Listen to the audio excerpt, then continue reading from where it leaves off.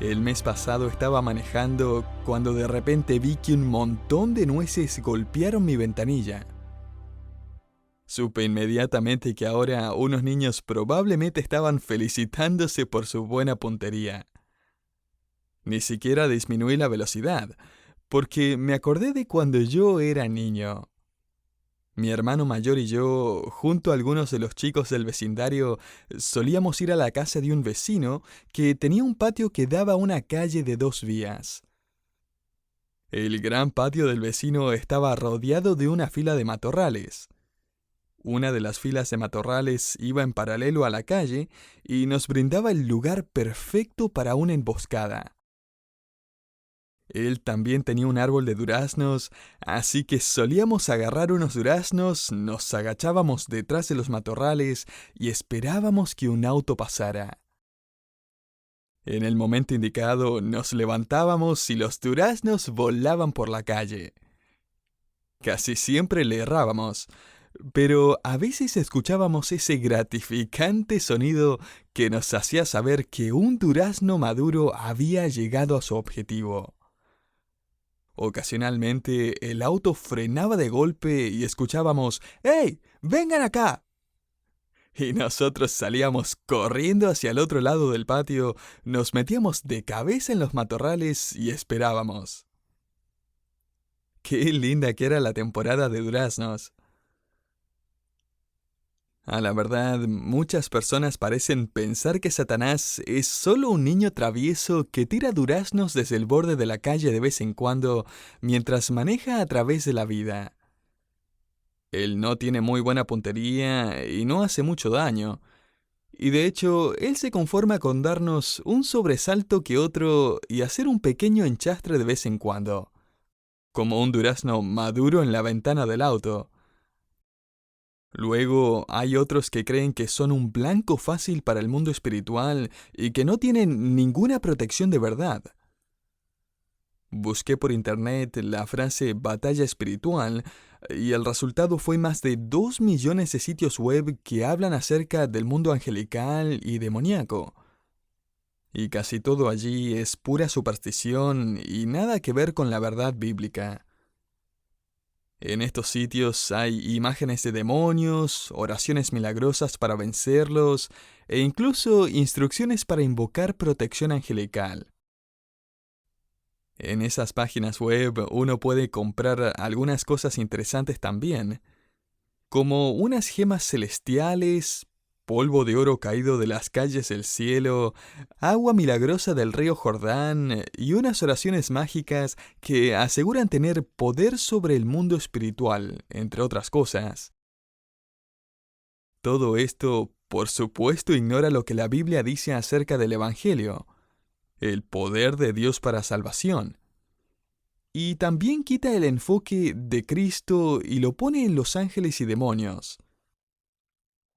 Y todo esto también desvía finalmente a la persona de poner su adoración y su confianza en el Señor soberano, personal, cuidadoso y victorioso, que nos protege y triunfa siempre sobre el maligno. Pero gracias a la revelación de Dios, nosotros conocemos el final de la historia. Hemos recibido una clara descripción de Satanás y sus intentos finales de frustrar los propósitos de Dios.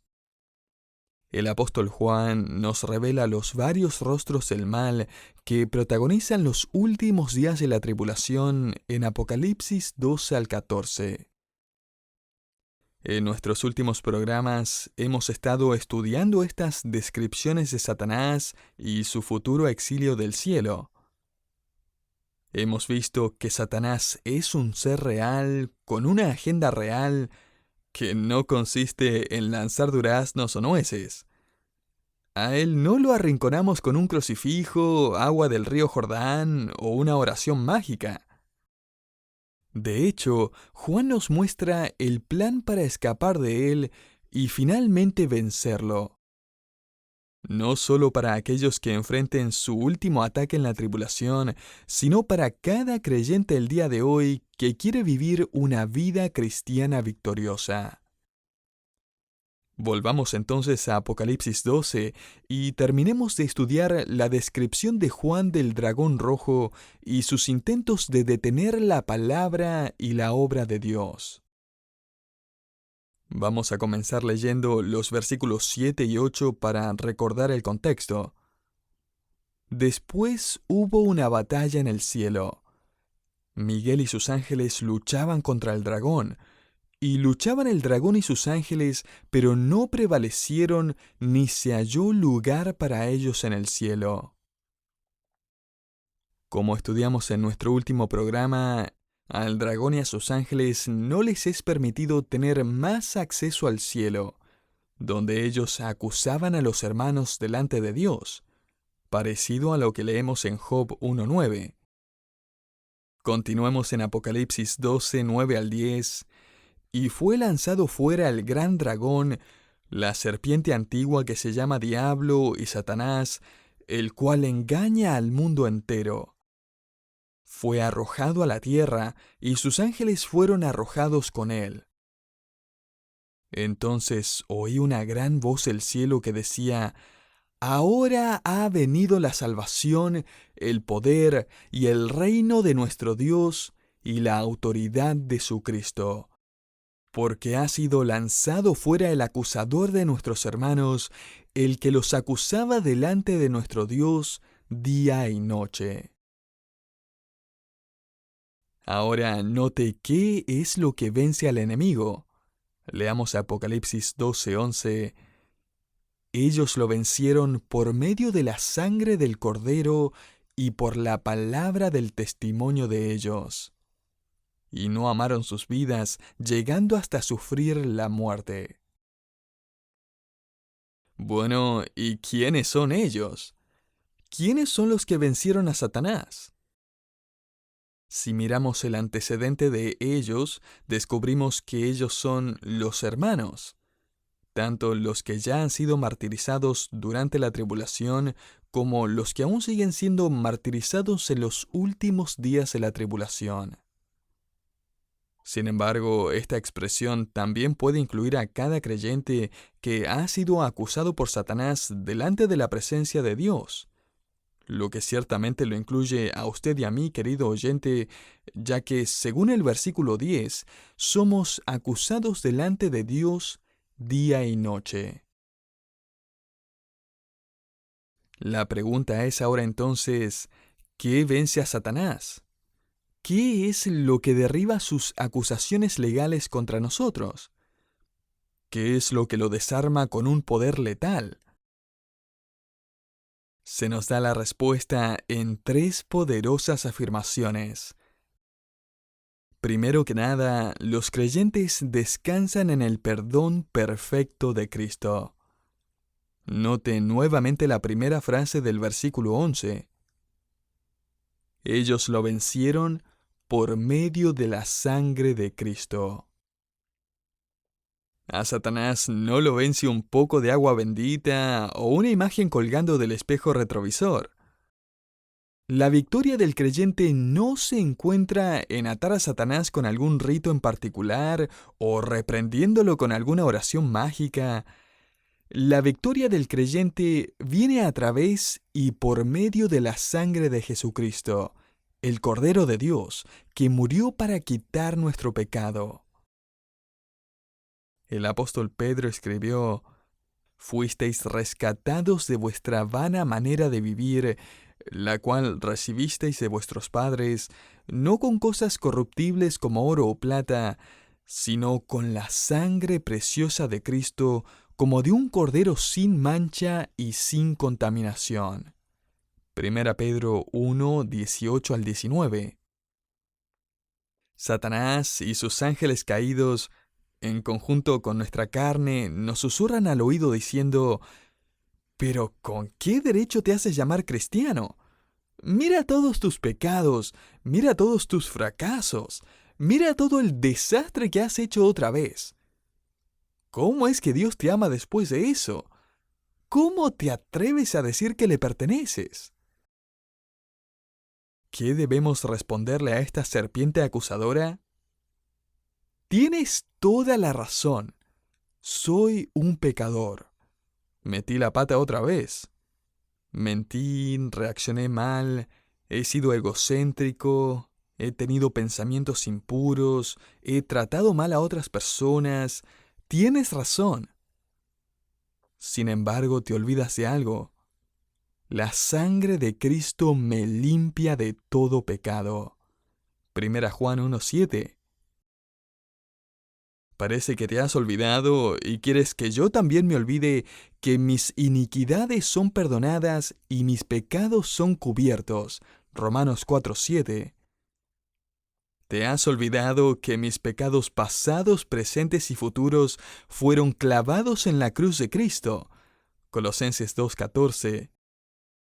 Lo que significa que cuando Jesús nos salvó, Él conocía cada pecado que cometeríamos a través de toda nuestra vida y aún así, Él los perdonó todos. Así que, querido oyente, recuérdele la verdad a esa vieja serpiente acusadora. Usted no solo es un pecador, usted es un pecador redimido y colocado en Cristo, su Cordero Redentor. Y ya no hay más condenación para aquellos que están en Cristo Jesús. Romanos 8:1. Ahora, mientras vemos a estos creyentes descansando en el perdón perfecto de Cristo, escuchamos en segundo lugar que los creyentes declaran una confesión pública. Note el versículo 11 nuevamente. Ellos lo vencieron por medio de la sangre del Cordero y por la palabra del testimonio de ellos. Así que, primero que nada, encontramos que el perdón perfecto de Cristo es el que vence al enemigo. Pero luego encontramos que esta confesión pública derrota diariamente las estrategias del enemigo. Es posible leer este texto y pensar que todo ahora depende de nosotros, de nuestra fidelidad en tener y entregar un buen testimonio. Sin embargo, el énfasis en este versículo no está en las palabras del testimonio de ellos, sino en las palabras que testifican. De hecho, podríamos traducir este pasaje como: y ellos lo vencieron por la sangre del Cordero y por la palabra de Dios, de la cual ellos han dado testimonio. ¿Nota el énfasis? Vencemos al dragón gracias a nuestra relación con Cristo y la revelación de Cristo. Y como resultado, podemos testificar gozosamente de esta verdad. Así que hemos vencido ya a la serpiente a través de nuestra salvación, y vencemos a la serpiente siempre que entregamos el Evangelio a nuestro mundo. Hace unos programas atrás conté la historia del fiel testimonio de Don Jenner, quien por 40 años repartió tratados en la calle George en Australia. Él nunca supo que siquiera una persona había aceptado a Cristo gracias a su testimonio hasta un par de meses antes de morir. Fue allí cuando un pastor le contó que había conocido a varias personas en distintos continentes que habían llegado a la fe en Cristo después de haber recibido uno de sus tratados. Tristemente, el común de los cristianos nunca ha entregado un solo tratado en su vida. Estoy seguro que el Señor quiere desafiarnos a testificar más. Y quizás piense: pero no me siento lo suficientemente preparado. ¿Qué pasa si me hacen una pregunta que no puedo responder? Y querido oyente, permítame asegurarle que eso le pasa a todos. Ninguno de nosotros somos enciclopedias bíblicas parlantes. Pero sepa que para testificar, usted no necesita saber o responder a todas las preguntas que le puedan hacer, sino simplemente testificar la verdad del Evangelio. Hemos estudiado hasta ahora el fundamento de nuestro perdón perfecto, la práctica de nuestra confesión pública, Y hay una más. Tercero, los creyentes se enfocan en la gloria eterna. Note la última parte del versículo 11 y la primera parte del versículo 12. Y no amaron sus vidas, llegando hasta sufrir la muerte. Por lo cual, regocijaos cielos y los que moráis en ellos. John Phillips escribió: ¿qué puede hacer Satanás con personas como estas? Métalas a prisión y van a convertir al carcelero. Tortúrelas y se gozarán de ser copartícipes de los sufrimientos de Cristo y herederos de un gran galardón. Mátelos y serán mártires que irán directo a estar con Cristo. Déjelos libres y van a evangelizar al mundo. Buen punto. Así es como se vence al dragón. Pero aunque Satanás conoce el libro de Apocalipsis mejor que cualquiera de nosotros, él no va a quedarse de brazos cruzados.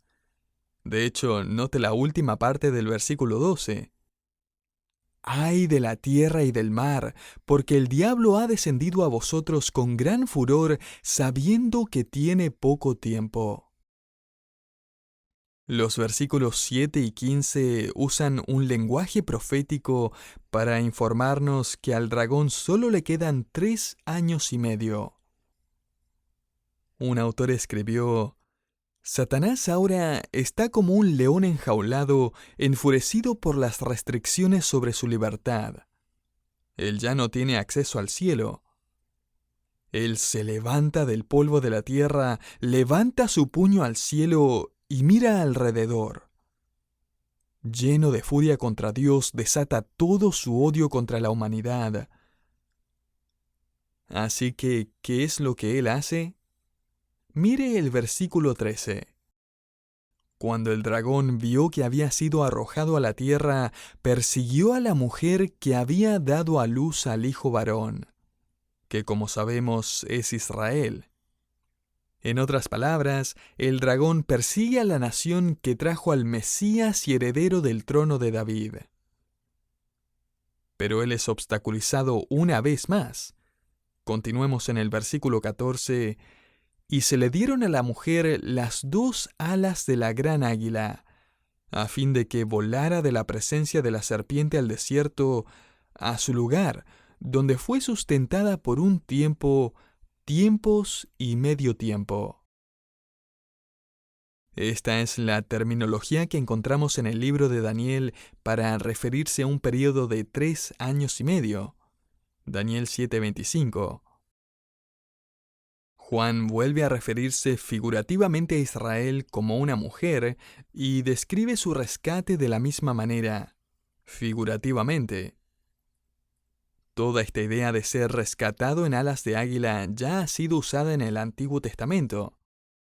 Dios ya le había dicho a su pueblo: vosotros habéis visto lo que he hecho a los egipcios, y cómo os he tomado sobre alas de águilas y os he traído a mí. Éxodo 19:4.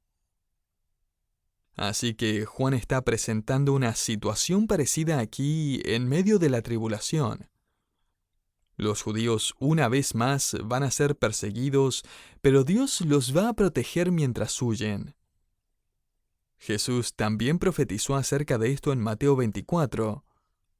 Él dijo: Por tanto, cuando veáis en el lugar santo la abominación desoladora de que habló el profeta Daniel, entonces los que estén en Judea huyan a los montes.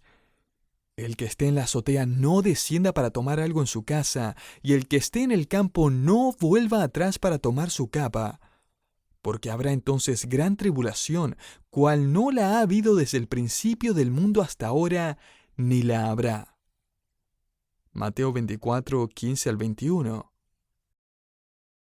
Juan nos informa aquí que una vez que los judíos alcancen este destino en particular, los que logren escapar van a ser sustentados y protegidos por el Señor.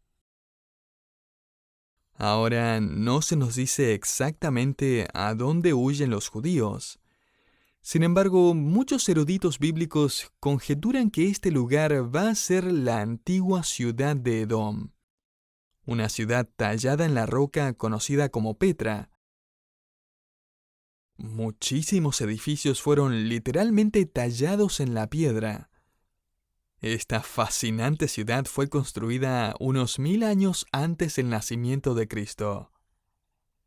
Los edificios de Petra no eran simples cuevas en las laderas de una montaña.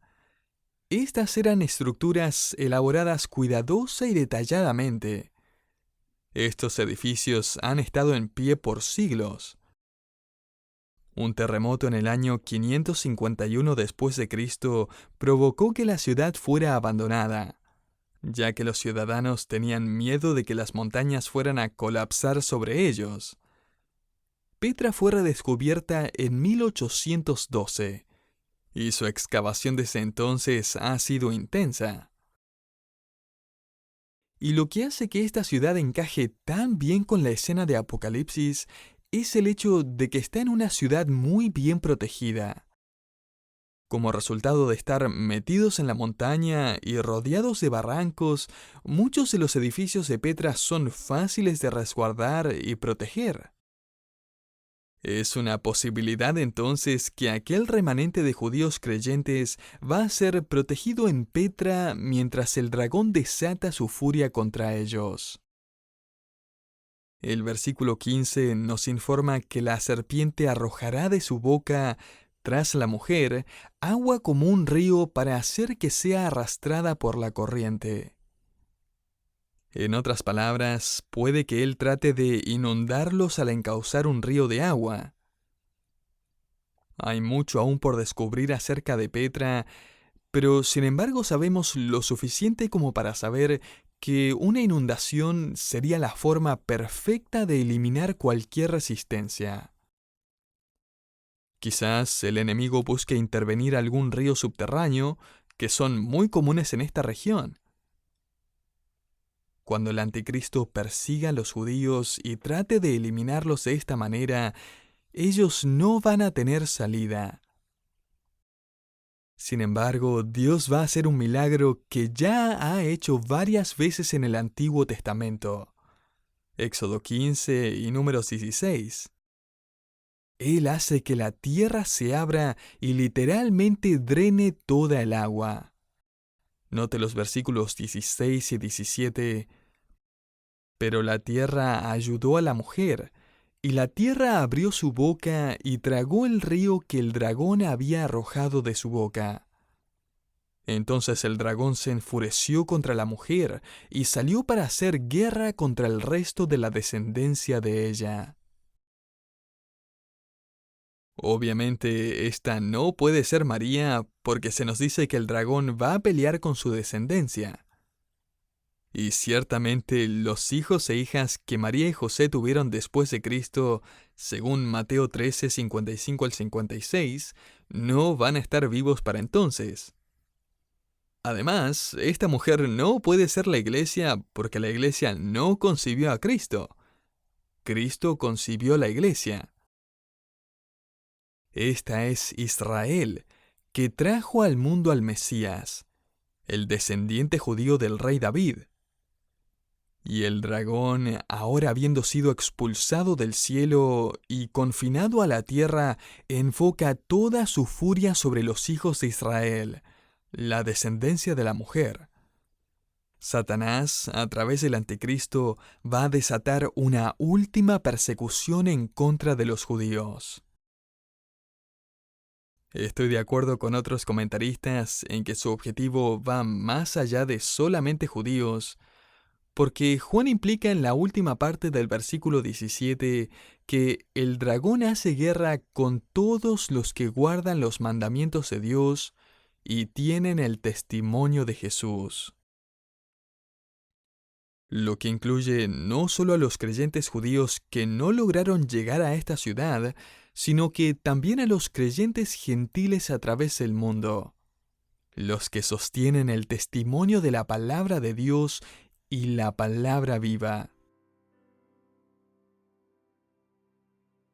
Así que Apocalipsis 12 concluye con una descripción sorprendente de este primer rostro del mal, el dragón.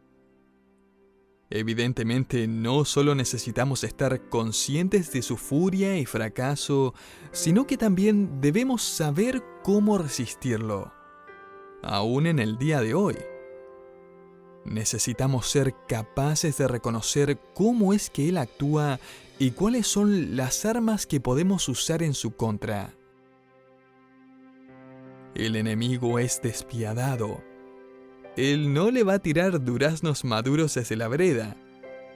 Él arroja insultos y acusaciones en contra suyo delante de Dios y acusa a Dios de cosas que no son delante de usted.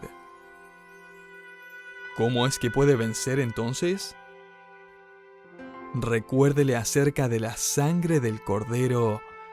Recuérdele acerca de la palabra de Dios y el testimonio de verdad. Y ame a Cristo más que su propia vida. Y ya que está en eso, recuérdele a él que ya ha sido condenado. Ya conocemos su futuro.